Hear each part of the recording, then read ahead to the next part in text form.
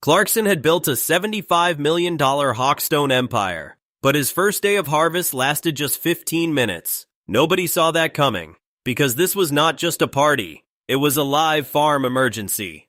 At the Farmer's Dog pub, 200 guests stood with pints of Hawkstone in hand. The glass engraving stations were open. The cider tasting was ready. The live music had started.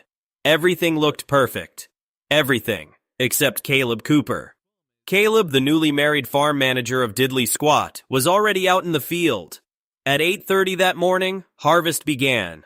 He climbed into his brand new combine harvester, his own machine, on his own farm, for the first time.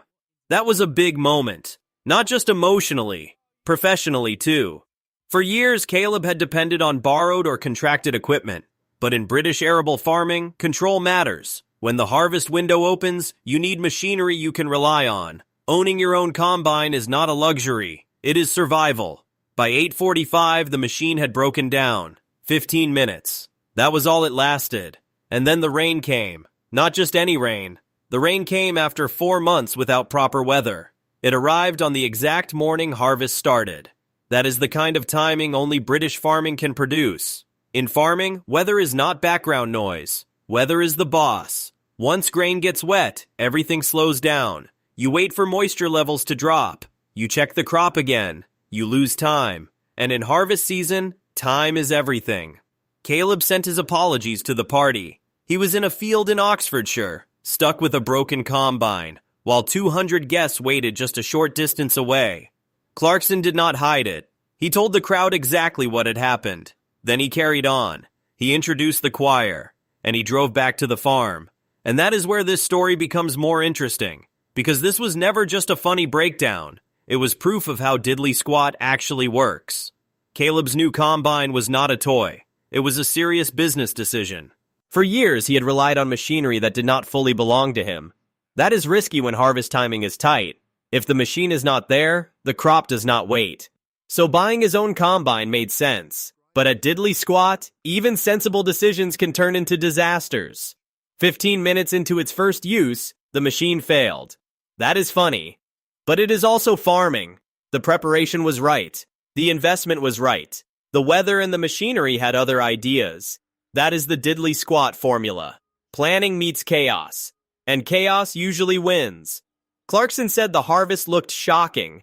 And when Clarkson says that, he is not exaggerating for effect. He has seen crop failures. He has dealt with cattle lockdowns. He has lived through health scares. He knows what a bad season looks like. So when he calls a harvest shocking, he means it. But the real story is bigger than one broken combine. Diddley Squat is no longer just a farm. It is a content machine, a brand engine, a media property. Amazon pays $10,012 million a year for the show. That money does not just entertain people, it keeps the whole operation alive. The failure is the product. That sounds brutal because it is true. The more things go wrong, the more people watch. The more tension there is, the more valuable the story becomes. So even a bad harvest becomes part of the business. Now look at Hawkstone. The brewery is not a side project anymore. Its annual revenue has reached £21.3 million. It employs 53 people, and its beer is stocked in 2,000 pubs. That is not a novelty brand. That is a real business. But Hawkstone is built on the same foundation as the farm. British grain, British weather, British sourcing, and that creates a different kind of risk.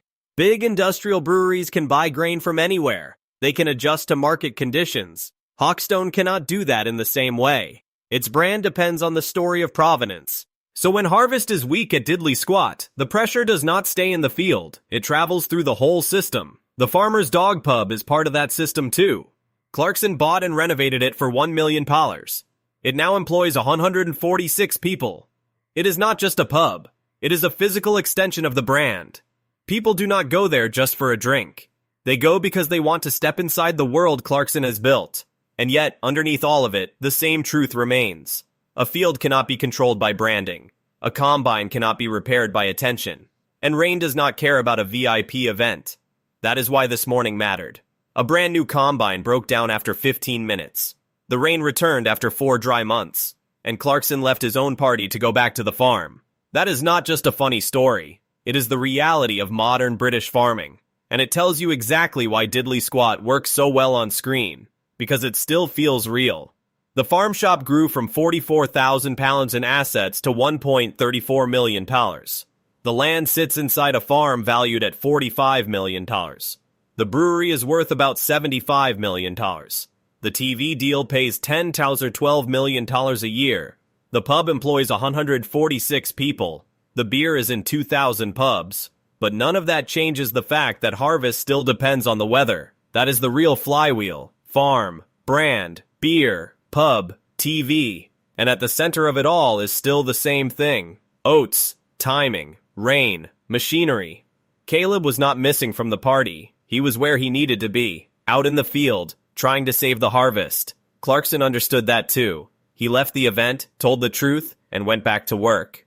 Because parties can wait, harvest cannot. If you enjoyed this story, please subscribe and turn on the notification bell. And I'd love to know, do you think this harvest breakdown will end up in Season 6? Also, if you had been at that VIP party, what would you have done when you heard Kaleb was stuck in the field? Thanks for watching.